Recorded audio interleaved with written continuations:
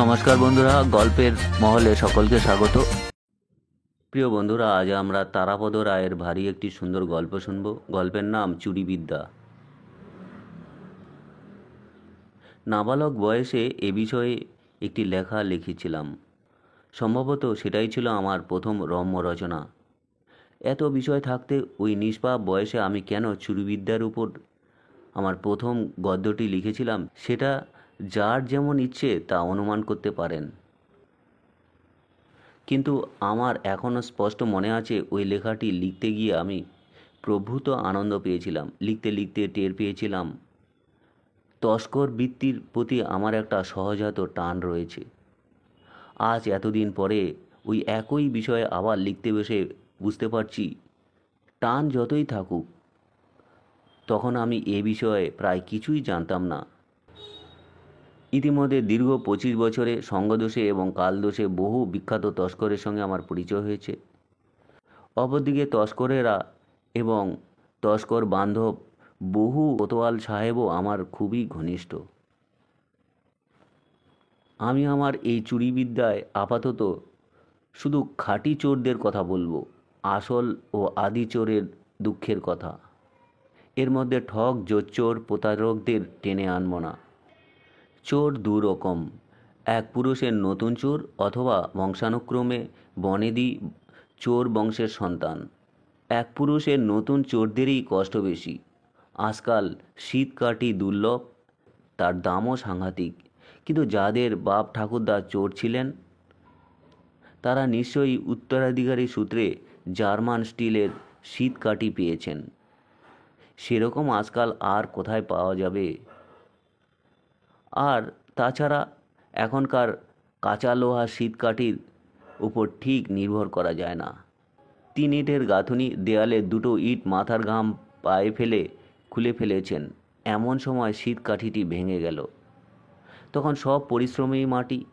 তবে কলকাতার প্রেসিডেন্সি জেলে আরও কিছুদিন হলো এক দক্ষিণী চোর এসেছেন। তার কাছ থেকে জানা গেল মাদ্রাজ মুম্বাইতে নাকি এমন স্টেইনলেস স্টিলের শীতকাঠি পাওয়া যায়। সে যেমন সুন্দর দেখতে তেমনই মজবুত, দাম সামান্য একটু বেশি।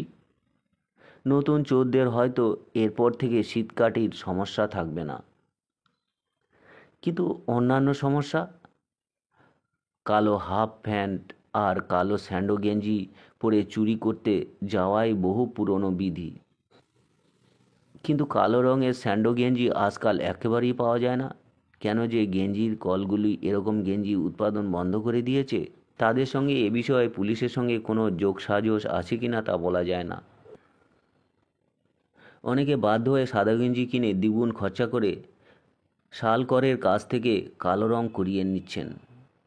এতে শুধু পয়সা বেশি লাগছে তাই নয়, যে শালকরের কাছেই সাদা স্যান্ডো গেঞ্জি কালো রং করতে দেওয়া হোক না কেন, সে মর্মমেদী দৃষ্টি নিক্ষেপ করে। সঙ্গে সঙ্গে বোঝা যায় যে সবই অনুমান করতে পারছে। তবে কালো হাফ প্যান্টের ব্যাপারটা একটু কম জটিল। কালো হাফ প্যান্ট চেষ্টা করলে বাজারে অল্প বিস্তর পাওয়া যায়। কিছু কিছু বিদ্যালয়ে সাদা হাফ শার্ট আর কালো হাফ প্যান্ট ইউনিফর্ম রয়েছে। আর নতুন যুগের অতিরিক্ত ভিটামিন ও প্রোটিনে এবং সচ্ছল জনকজননীর ব্যাপক স্নেহে আজকাল বহু বালকেই অতি নাদুস নুদুস। তাদের ইউনিফর্মের প্যান্ট যে কোনো প্রাপ্তবয়স্ক তস্করেরই চমৎকার ফিট করে। একটা ছোট অসুবিধা রয়েছে, যে প্যান্টের সঙ্গে ইউনিফর্মের দোকান থেকে একটা সাদা হাফ শার্ট এবং একজোড়া সাদা মোজাও কিনতে হয়। এত খরচা না বাড়িয়ে হরিষা মার্কেট অথবা কোনো মঙ্গলবার সময় করে হাওড়া হাটে গেলে শুধু কালো হাফ প্যান্টই সংগ্রহ করা যেতে পারে। কিন্তু একটা দুশ্চিন্তা থেকে যায়, অনেক সময় এসব প্যান্টের রং খুব কাঁচা থাকে। একবার ধুয়ে গেলে তার আর কালো রং থাকে না, কালো খড়ির গুঁড়োর মতো রং বেরোয়। এমনিতে কাঁচা, কিন্তু অন্য কাপড় চোপড়ে লেগে যায়, সেখানে খুব পাকা আর কিছুতেই উঠতে চায় না। চুরি করার তো সময় অসময় নেই, স্থান অস্থান নেই। একবার নতুন কালো হাফ প্যান্ট পরে একটা বাড়ির পেছনে রেইন পাইপ ধরে ঝুলতে ঝুলতে একজন চোর গৃহস্থের ঘুমানোর জন্য প্রতীক্ষা করছিলেন। এমন সময় প্রচণ্ড বৃষ্টি এলো, বৃষ্টিতে ভিজে তার নতুন প্যান্ট থেকে কালো পিচ্ছিল এক তরল পদার্থ বেরোতে লাগলো। পিছল হয়ে যাওয়ার জন্য তার হাঁটু স্লিপ করতে লাগলো। তিনি আর রেইন পাইপ আঁকড়ে ধরে রাখতে পারলেন না, হড়কে নিচে পড়ে গেলেন। আরেকবার আরেকজন ওই রকম একটা নতুন প্যান্ট একবার পরার পর কাচতে গিয়ে এক পুকুর কালো জল করে ফেলেছিলেন। পাড়ার লোকেরা যেই বুঝতে পারল এটা তারই কীর্তি, এই মারে কি সেই মারে। আসলে এভাবে চলে না, চলতে পারে না। এই বৃত্তি থেকে ক্রমশ লোক সরে যাচ্ছে। নানা বাধা অসুবিধার জন্য এই প্রাচীন বিদ্যা ক্রমশ অবলুপ্ত হয়ে যাচ্ছে। ধরা পড়া, মার খাওয়া অথবা জেল খাটা, এগুলো সনাতন সমস্যা, যাকে ইংরেজিতে বলে নর্মাল প্রফেশনাল হ্যাজার্ড। এ তো থাকবেই, এ নিয়ে কোনো প্রকৃত চোর মাথা ঘামায় না। কিন্তু চুরি করার পোশাক, শীতকাঠি, এগুলো হলো আসল সমস্যা। এছাড়া যেটা এখনও বলা হয়নি, গায়ে মাখা তেলের ব্যাপারটা। চুরি করতে গেলে গায়ে তেল মাখতেই হবে। এটা বহু পরীক্ষিত ও সর্বসম্মত অতি পুরনো রীতি। দেহ তৈলাক্ত থাকার জন্য কত চোর আজ পর্যন্ত শেষ মুহূর্তে রক্ষা পেয়েছেন তার ইয়ত্তা নেই।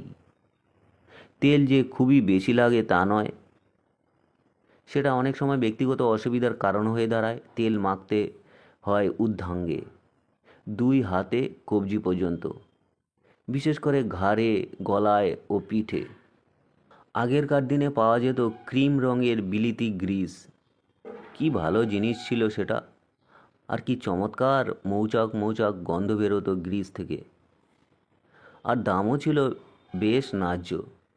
যারা পুরনো চোর তাদের মনে আছে, দ্বিতীয় মহাযুদ্ধের আগে পর্যন্ত নিউ মার্কেটে ম্যাকফারেলেন সাহেবের দোকানে ক্রিম রঙা গ্রিজের 1 পাউন্ড কৌটো পাওয়া যেত, ঠিক 1.5 টাকায়। প্যাচ প্যাচে ছিল না, গা কুটকুট করতো না, খুব সুবিধা ছিল এই গ্রিসটায়। আর আজকাল এইরকম গ্রিস পাওয়া যাবে না। একালের চোরেরা এসব জিনিস জন্মেও দেখেননি। তারা গায়ে মাখন পোড়া মোবিল অয়েল, আর তারও দাম 1 বাটি 3 টাকা। সাংঘাতিক কুটকুটে এবং বিরক্ত দ্রব্য এটি। এই পোড়া মোবিলের কল্যাণে শত সহস্র নিরাপদ তস্করের টাকায় চর্মরোগের ডাক্তারদের বিশাল রমরমা চলছে। প্রায় সব চোরেদের গায়ে ঘা পাচরা, কিছুতেই সারতে চায় না। আর চুরির পরে ওই তেল শরীর থেকে তোলা খুব কঠিন। এর মধ্যে যারা শৌখিন কিংবা বড়লোক চোর আছেন, তারা কেউ কেউ গায়ে হোয়াইট ভেসলিন মাখতে শুরু করেছেন। কিন্তু তারও দাম চড়তে চড়তে 1 কৌটো 4 টাকা, 4.5 টাকায় পৌঁছেছে। অবস্থা ক্রমশ এমন জায়গায় পৌঁছেছে যে চৌর্যবৃত্তির দিকে এখন নতুন লোক আকর্ষণ করে না এবং অসম্ভব হয়ে যাচ্ছে। আর পুরনো যারা আছেন, জেলের বাইরে আছেন, তারাও ক্রমশই রোমাঞ্চকর কাজে তাদের উৎসাহ হারিয়ে ফেলেছেন। যে উদ্দীপনা নিয়ে একদিন তারা একটি সফল চুরির জন্যে রাতের পর রাত প্রতীক্ষা করতেন, এই দুর্দিনের বাজারে সেই উত্তেজনা আজ কোথায়? বন্ধুরা, এই ছিল তারাপদ রায়ের ভারী সুন্দর গল্প পাঠ। তোমাদের যদি ভালো লাগে চ্যানেলটির সঙ্গে থাকবে, সাবস্ক্রাইব করবে। সকলে ভালো থাকবে, ধন্যবাদ।